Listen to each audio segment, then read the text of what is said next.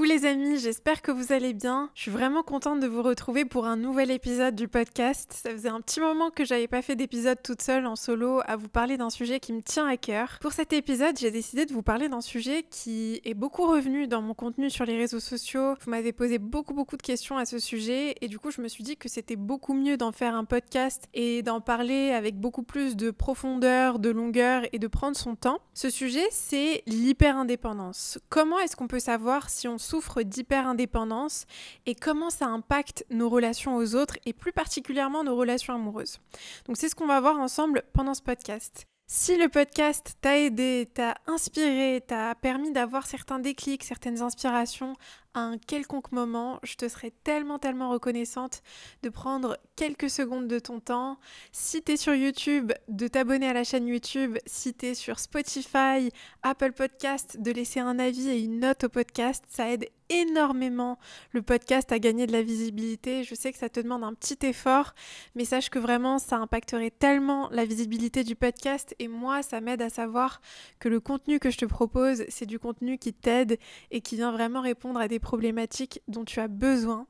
Donc je te remercie d'avance de prendre le temps de nous laisser un avis, un partage, un like. Peu importe ce que c'est, ça aidera énormément le podcast. Je te souhaite une très belle écoute. Alors, qu'est-ce que c'est que l'hyper-indépendance ? C'est un sujet qui est important parce qu'on parle souvent de la dépendance affective, on parle souvent de certains sujets qui sont liés à notre dépendance aux autres. Donc, on est beaucoup à souffrir par moments de cette dépendance envers les autres, peu importe le type de dépendance dont on parle, mais on parle très peu de l'hyper-indépendance. En fait, s'il y avait un spectre, la dépendance affective, elle serait dans un extrême et l'hyper-indépendance serait dans l'autre extrême. C'est vraiment important de comprendre ça. Qu'est-ce que c'est que l'hyper-indépendance ? L'hyper-indépendance, c'est une réponse traumatique. C'est une réponse qui a été liée au stress, à des traumas qu'on a vécus quand on était plus jeune.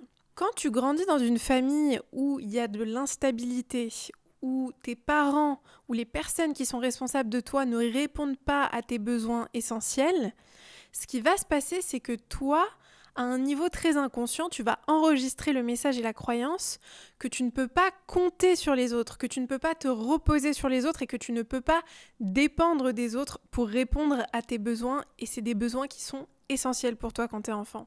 Ça peut être tes besoins émotionnels, ça peut être des besoins d'affection, ça peut être des besoins financiers. Quand un enfant prend très jeune le rôle d'un parent, ou prend le rôle de quelqu'un qui répond aux besoins des autres plutôt que l'on réponde à ses besoins, il va immédiatement assimiler la croyance qu'il ne peut surtout pas dépendre des autres. Donc, si je te donne quelques exemples, ça peut être le fait d'avoir grandi dans une famille où on t'a donné la responsabilité de t'occuper de tes jeunes frères et sœurs. Ça peut être quand tu as grandi dans une famille où il y avait énormément de disputes entre tes parents et tu as pris le rôle d'être le médiateur de ces disputes et de gérer des situations de crise. Comme par exemple, moi j'ai vécu ça. Je le dis avec tout l'amour que j'ai pour mes parents parce que je les aime plus que tout au monde, mais c'est vrai qu'en grandissant, j'ai pris un rôle qui ne m'appartenait pas. J'ai pris des responsabilités qui ne m'appartenaient pas parce qu'il y avait énormément de crises chez moi, il y avait énormément de disputes très violentes. Et donc, ce qui s'est passé, c'est que je suis passée en mode survie. Il faut que je règle ce qui est en train de se passer chez moi parce que sinon, on ne va pas pouvoir répondre à mes besoins. En fait, un enfant qui est face à de l'instabilité, de l'insécurité, parce que c'est ça un trauma. Un trauma, c'est, pour être vraiment, mais grossir la chose au maximum et qu'on puisse vraiment tous comprendre comment un trauma se forme dans l'enfance, dans l'adolescence et à l'âge adulte, c'est je suis face à une situation totalement imprévisible, imprévue, à laquelle je n'étais pas préparée, qui me prend de court et il faut que je trouve un moyen d'y répondre. Il faut que je trouve un moyen d'y répondre immédiatement parce que sinon, je me sens en danger, en insécurité. Donc, ce qui va se passer, c'est que quand on est face à ce type de situation, on passe en mode survie. On ne pense plus, et même quand on est enfant, ça peut arriver. C'est pour ça qu'il y a des enfants qui grandissent très vite, qui ont énormément de maturité très jeunes, parce qu'ils sont face à des situations où ils intègrent l'automatisme et la réponse traumatique de « j'ai pas le choix, là il faut que je prenne certaines responsabilités, il faut que je réponde à certains besoins des personnes autour de moi parce que sinon je me sentirais en danger ». Ça, c'est important de le comprendre et moi, je vous partage ce que j'ai vécu, non pas pour blâmer mes parents, ils ont fait vraiment de leur mieux, ils étaient eux-mêmes en grande souffrance, mais c'est pour vous donner un exemple de comment est-ce que cette hyper-indépendance peut commencer à prendre forme, comment est-ce que ça prend racine. Et puis ça peut être aussi autre chose, ça peut être si tes parents, malheureusement si tu as eu un ou plusieurs parents qui avaient des addictions, ou un ou plusieurs parents qui ne prenaient pas les responsabilités des finances de la maison. Et par exemple, toi, tu as dû prendre la responsabilité très jeune de subvenir aux besoins financiers de tes parents. Ça crée de l'hyper-indépendance. Le message qu'on reçoit, c'est « je ne peux pas compter sur les autres. Si je me repose sur les autres, si je ne prends pas certaines responsabilités, je serai en danger. » C'est vraiment super important de le comprendre parce que quand on est à l'âge adulte et qu'on se rend compte petit à petit, parce que on commence à s'en rendre compte qu'on est dans l'hyper-indépendance, on peut très vite se juger, se blâmer, se rejeter soi-même, alors que finalement, quand on prend le temps de se comprendre et de comprendre d'où ça vient, on ne peut que avoir de la compassion, de l'empathie envers soi-même. Donc c'est important de comprendre que l'hyper-indépendance, c'est pas un trait de personnalité. On ne naît pas hyper-indépendant. Ça n'existe pas, les amis. C'est quelque chose qu'on développe et ça peut aussi être lié au fait d'avoir grandi dans une famille où tes parents, par exemple, ils prônaient énormément l'indépendance. Peut-être qu'ils te culpabilisaient ou ils te blâmaient quand tu ne prenais pas suffisamment de responsabilités ou quand tu exprimais des besoins et que tu étais vulnérable, on te donnait honte pour ça. Ça peut vraiment être lié à plein de choses, mais ça vient toujours de l'enfance. C'est pas un trait de personnalité ou de caractère, donc c'est pas quelque chose avec lequel tu nais. Ce qui veut dire que c'est quelque chose que tu as intégré, que tu as appris et que tu peux désapprendre. C'est vraiment important de préciser ça, c'est vraiment quelque chose dont tu peux te défaire. C'est comme la dépendance affective. Quand tu fais un travail avec un professionnel sur ces sujets-là, et notamment les méthodes scientifiques les plus prouvées pour fonctionner à ce niveau-là, c'est les thérapies comportementales et cognitives, ce qu'on appelle les TCC. Donc si ça t'intéresse, moi je t'invite à aller chercher un professionnel qui est expert dans les TCC. Il n'y en a pas énormément en France, mais il y en a quand même, donc tu peux trouver ça.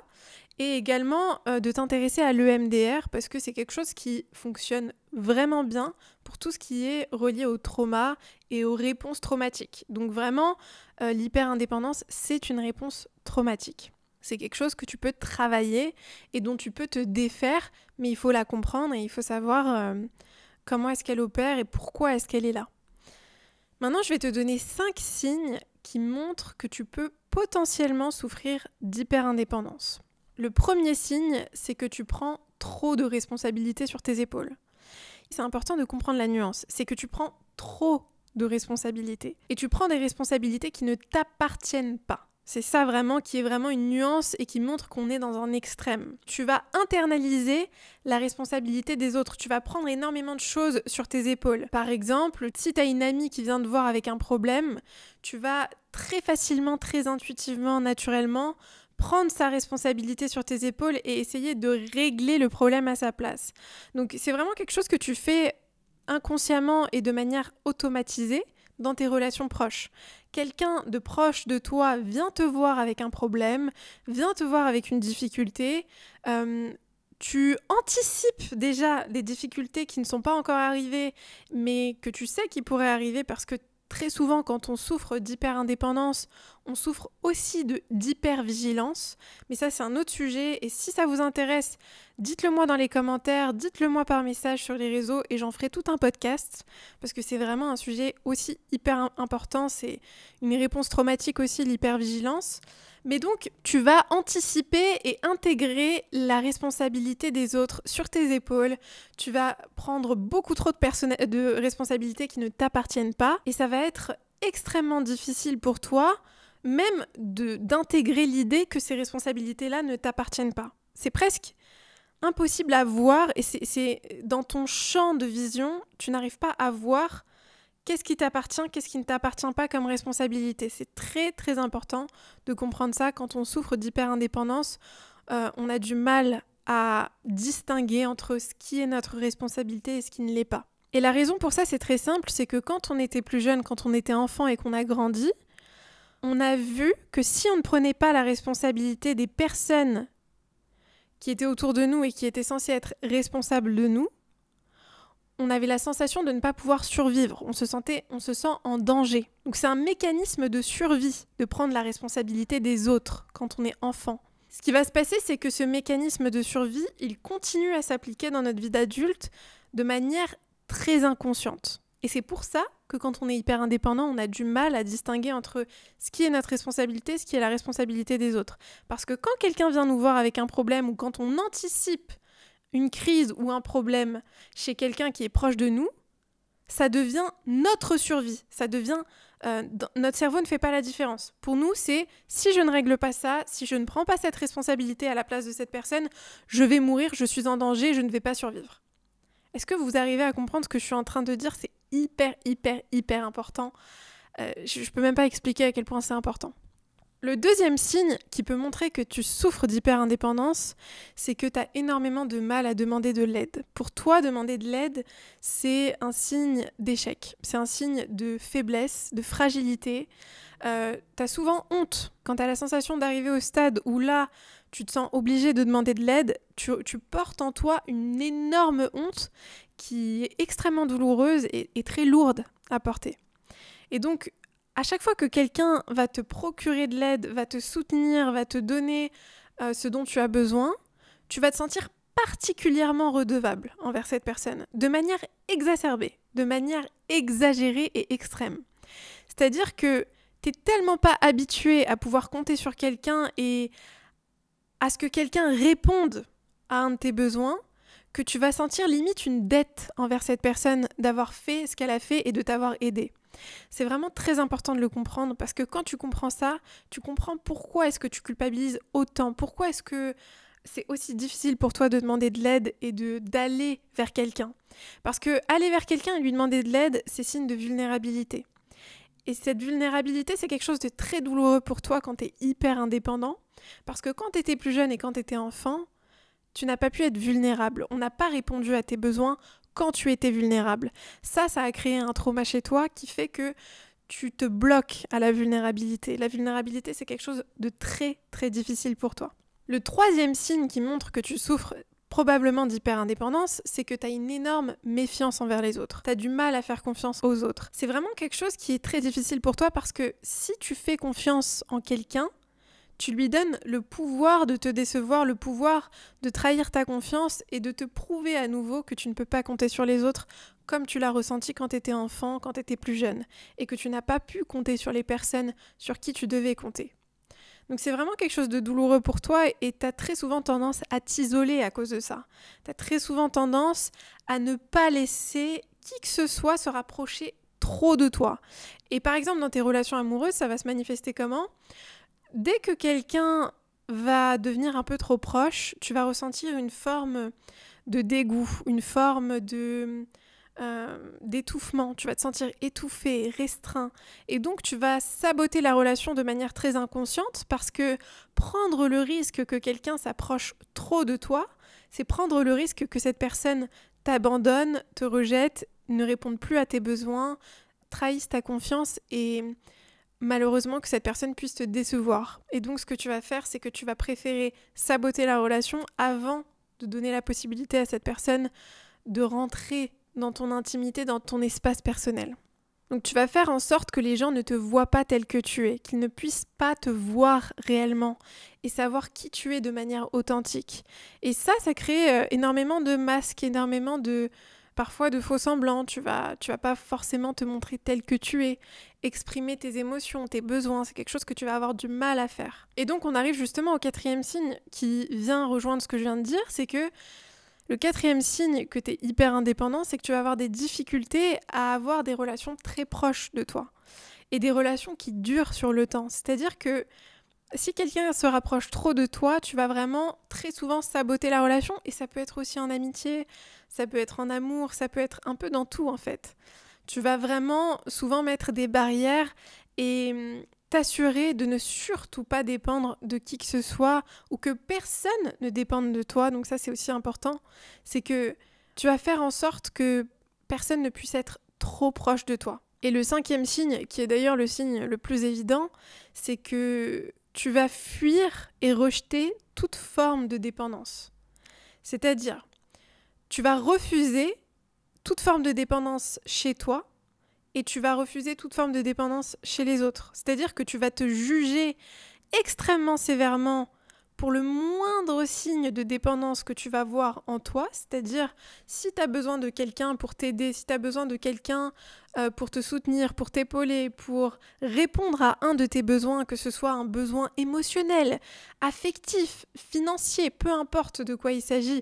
Par exemple, tu es en difficulté financière, si tu vois que tu arrives à un stade où tu te dois de demander de l'aide à un proche financièrement, c'est quelque chose qui va potentiellement énormément te dégoûter chez toi, énormément te déplaire, mais c'est même pas déplaire parce que déplaire c'est un mot trop faible, tu vas te juger extrêmement sévèrement pour ça. Et c'est quelque chose que tu vas juger chez les autres aussi, c'est-à-dire que tu ne vas pas supporter que qui que ce soit montre de la dépendance envers toi ou envers les autres. Donc si tu vois quelqu'un qui est dépendant des autres, c'est quelque chose que tu vas beaucoup juger et beaucoup rejeter.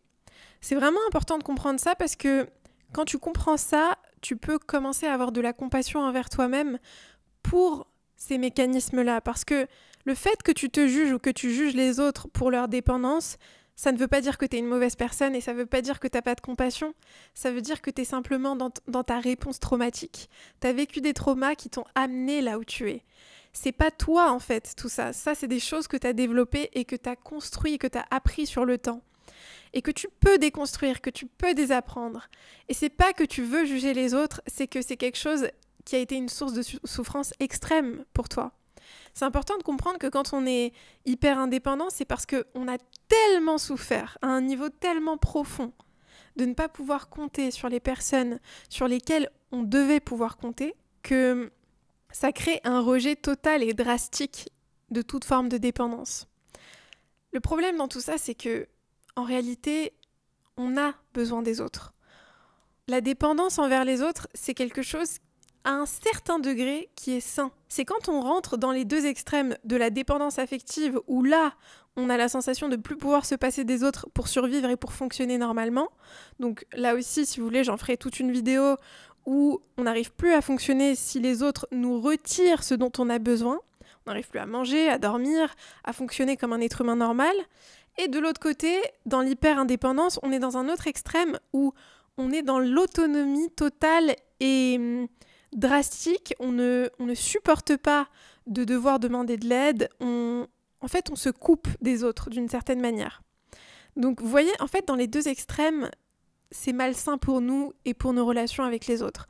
Donc, c'est hyper important de revenir un peu plus vers un équilibre, vers le milieu, de pouvoir compter sur soi, c'est-à-dire compter sur soi, c'est quelque chose de très sain, et en même temps, reconnaître que parfois on aura besoin des autres, et c'est quelque chose de très sain aussi. Si tu écoutes cette vidéo et que tu te reconnais à un quelconque moment, moi je t'invite à faire un travail là-dessus, à travailler sur ça, à demander l'aide d'un professionnel si tu le peux, parce que c'est quelque chose qui va énormément t'aider, et c'est quelque chose qui se travaille sur le temps. Il faut vraiment être patient avec soi-même, parce que moi, pour l'avoir vécu et pour avoir souffert, et encore aujourd'hui, je travaille sur mon hyper-indépendance, ça prend du temps, c'est normal. Il n'y a pas de formule magique ou de recette magique. Par contre, quand on est accompagné d'un professionnel, moi je le suis, et j'ai aucune honte à le dire. J'ai beau être coach en développement personnel, c'est très sain d'être accompagné, et je pense vraiment que tout le monde devrait être accompagné à un niveau ou à un autre. C'est important de travailler sur soi, sur ses mécanismes, sur ses réponses traumatiques, parce que c'est comme ça qu'on s'en sort, c'est comme ça qu'on change notre vie et qu'on change la personne qu'on est. Parce que finalement, tout ça, c'est des mécanismes qu'on a appris, mais qui ne nous appartiennent pas, ça ne définit pas qui on est vraiment. Donc pour revenir à soi, il faut enlever toutes ces couches de ce qu'on n'est pas, et ça se fait sur le temps. J'espère vraiment que ce podcast t'a aidé, t'a inspiré et t'a fait des déclics. Moi j'ai adoré le faire parce que c'est quelque chose qui me touche énormément. Si c'est le cas, n'hésite pas à partager ce podcast sur les réseaux sociaux, à me faire tes retours. Et encore une fois, si tu peux prendre le temps de mettre une petite note, un avis sur Apple Podcast ou Spotify, ça m'aidera énormément et je t'en serai hyper reconnaissante. Comme d'habitude, je t'envoie plein d'amour.